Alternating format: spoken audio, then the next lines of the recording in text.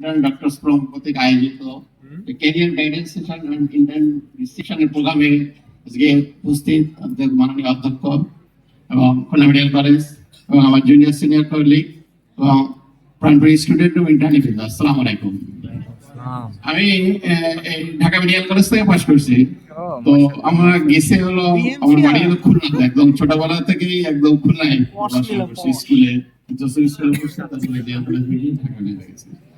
আমরা যখন ঢাকা মেডিকেলে যখন গেছিলাম তখন এই যে খুলনা থেকে যারা যাইতো তারা, আমরা অনেক সময় রুগীরা আসেন একদম গ্রামগঞ্জ থেকে, এই একেবারে রিমোট থেকে এসে রুগীরা বলে যে একদম গ্রাম থেকে আসছি, আমরা কিছুই জানি না, বুঝি না। তো আমরা ঢাকায় যখন গেছিলাম তখন এরকম একটা সিচুয়েশন ছিল যে খুলনা থেকে যারা গেছে একদম কিছুই বুঝতো না, কিছুই জানতো না। এরকম আমাদের এরকম কোনো গাইডেন্সও দেয় নাই। ইভেন শুধুমাত্র এমবিবিএস এ যখন ঢুকছি তখন ফার্স্ট ইয়ারে তখন না, এবং যখন ইন্টার্ন করে বেরোচ্ছে তখনও একদম কিন্তু আমরা এরকম এই মানে ব্যাকডেটেড হিসেবেই ছিলাম, কোন রকম গাইডেন্স পাই নাই।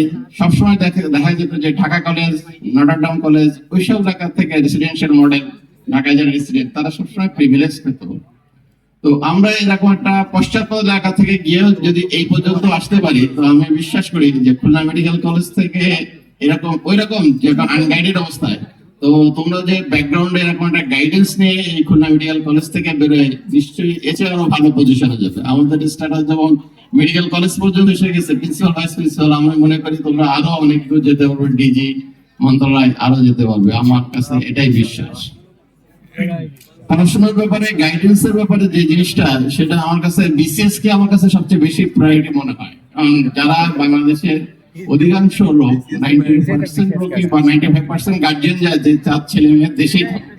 আপনার ক্যারিয়ার করতে গেলে দেশে ক্যারিয়ার করতে হবে, আগে ফার্স্ট প্রায়োরিটি নিতে হবে।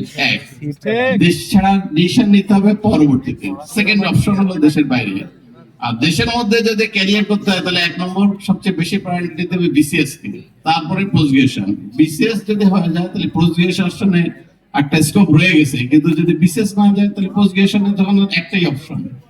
সেটা বাংলাদেশের প্রেক্ষাপটে একটু কষ্টকর, বেশ কম্পিটিটিভ, এবং বয়স হয়ে যায়, বিবাহ শাদী করতে হয়, অনেকে বাচ্চা কাচ্চা হয়ে যায়, সংসারে পিছুটান থাকে। এই জন্য আমার কাছে মনে হয় যে এই ইন্টার্নশিপের পরে ক্যারিয়ার বিল্ড আপের জন্য সবার আগে বিসিএস কে প্রায়োরিটি দিতে হবে। এবং এই বিসিএস কভার দিলে কিন্তু পোস্ট গ্রাজুয়েশনের, এমনি পোস্ট গ্রাজুয়েশন এখনকার বিসিএস যে সিস্টেম, তাতে কিন্তু বিসিএস এর প্রিপারেশন, ওইদিকে পোস্ট গ্রাজুয়েশন প্রিপারেশন কাছাকাছি, ওগুলো লাগবেই। এই জন্য আমার কাছে একটাই বক্তব্য যে ইন্টার্ন শেষ করার পরেই স্টুডেন্টদেরকে আগে তো ফার্স্ট ইয়ার থেকে একবার চিন্তা করতে হবে না যে আমি মেডিসিন স্পেশালিস্ট হবো, সার্জারি, গাইনি ডাক্তার হবো। এটা এখন কোনোভাবেই ডিসিশন নেওয়া সম্ভব হয় না। ডিসিশন নিতে হবে ইন্টার্নের পরে যে আমি কোন দিকে যাব, তখনকার প্রেক্ষাপট, ফ্যামিলিয়ার প্রেক্ষাপট সবকিছু মিলে ডিসিশন নিতে হবে।